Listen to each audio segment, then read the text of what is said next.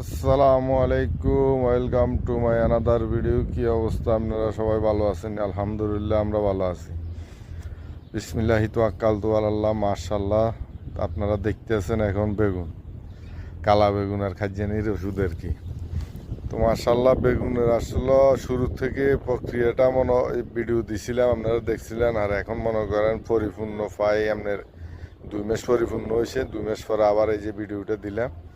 তো মাশাল্লাহ, প্রত্যেকটা গাছে ফুল ফল, প্রত্যেকটা আপনার কিছু মাল বড় হয়েছে, কিছু মাল মাশাল্লাহ দিলে আসতেছে, কিছু ফুল রেডি হইতেছে।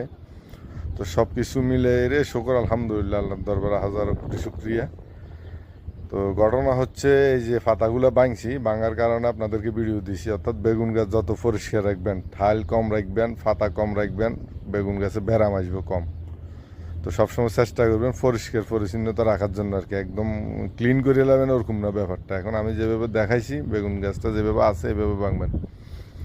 তো মাশাল্লাহ, আমার এখানে আপনার 10 সাবরা বেগুন আছে, ভিতরে আছে 5 সাবরা, বাহিরে তাহুইয়ে আছে 5 সাবরা। মানে ওইটা পুরাটা গ্রিন হাউসের, মানে একটা ভিতরে একটা বাইরে আর কি, মাঝখানে একটা পার্টিশন আছে। তো এইভাবে চলতেছে আর কি। প্রত্যেকটা গাছে মনে করেন ফুল ফল, এই যে এটা বাজারজাত করার জন্য রেডি। তো এখনো করবো না, কিছুদিন পরে করবো ইনশাল্লাহ, এই আর কি। আর আপনার ওই যে প্রত্যেকটা গাছ যেভাবে বলছি আর কি, পরিষ্কার রাখবেন। একটা রশি দিয়ে এর মনে করেন সবসময় লিপ করবেন, ঘুরে ঘুরে ঘুরে ঘুরে উপরের দিকে উঠাইবেন গাছগুলো।